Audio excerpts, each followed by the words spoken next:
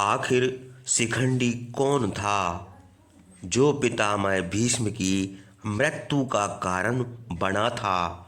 भीष्म ने शिखंडी के साथ पूर्व जन्म में क्या छल किया था और पूर्व जन्म में शिखंडी कौन था, उसने क्या प्रतिज्ञा की थी।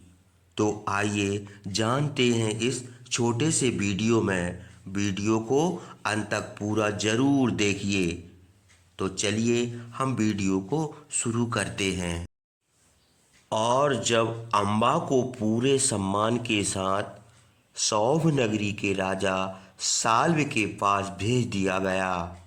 जब अम्बा साल्व के पास पहुंची तो उन्होंने कहा कि भीष्म ने स्वयंवर में तीनों बहनों को जीता है, इसलिए अब वे अम्बा से ब्याह नहीं कर सकते।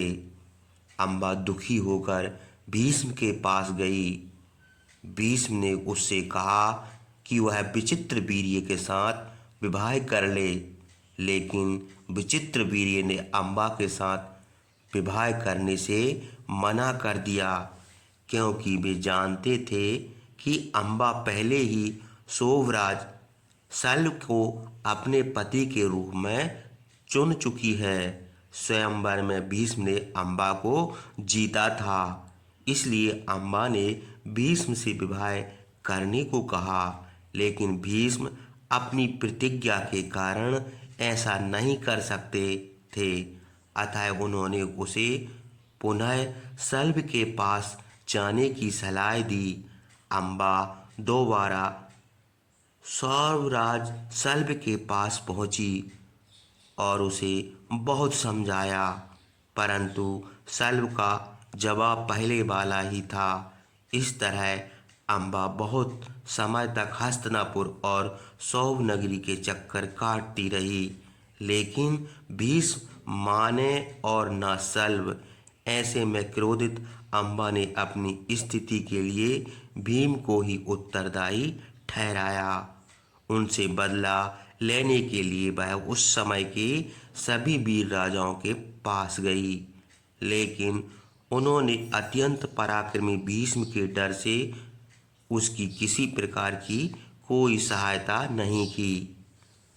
तब अम्बा महर्षि परशुराम के पास गई। उन्होंने कहा, हे बालके, चिंता त्याग दो। भीष्म और शाल्व दोनों मेरे आदेश का पालन करेंगे। लेकिन अम्बा ने जब अपनी स्थिति के लिए भीष्म को उत्तरदायी माना, तब परशुराम ने भीष्म को बुलाकर उनसे अम्बा को स्वीकार करने के लिए कहा, परंतु भीष्म संकल्पबद्ध थे। अतः उन्होंने उनकी बात मानने से इनकार कर दिया। परशुराम ने क्रोधित होकर भीष्म को युद्ध की चुनौती दे दी। भीष्म ने उसे सहर्ष स्वीकार कर लिया। महर्षि परशुराम और देवव्रत भीष्म में युद्ध शुरू हुआ। बहुत दिनों तक युद्ध होने के बावजूद कोई परिणाम नहीं निकल पाया। तब परशुराम ने अम्बा से कहा कि अब मैं तुम्हारे लिए कुछ नहीं कर सकता। तत्पश्चात अम्बा ने वन में जाकर तपस्या शुरू कर दी। तपोबल के प्रभाव से उसने महाराज द्रुपद के यहाँ कन्या रूप में जन्म लिया। यहाँ उसका नाम शिखंडी रखा गया। उसके जन्म के समय आकाशवाणी हुई कि इसका लालन पालन पुत्री नहीं वर्ण एक पुत्र के रूप में किया जाए, इसलिए शिखंडी को पुत्र मान लिया गया। लेकिन शिखंडी कभी पुरुष नहीं बन पाया। कुरुक्षेत्र के युद्ध में शिखंडी के कारण भीष्म पराजित हुए थे, क्योंकि युद्ध में स्त्रियों पर शस्त्र या अस्त्र के प्रयोग की अनुमति नहीं होती थी।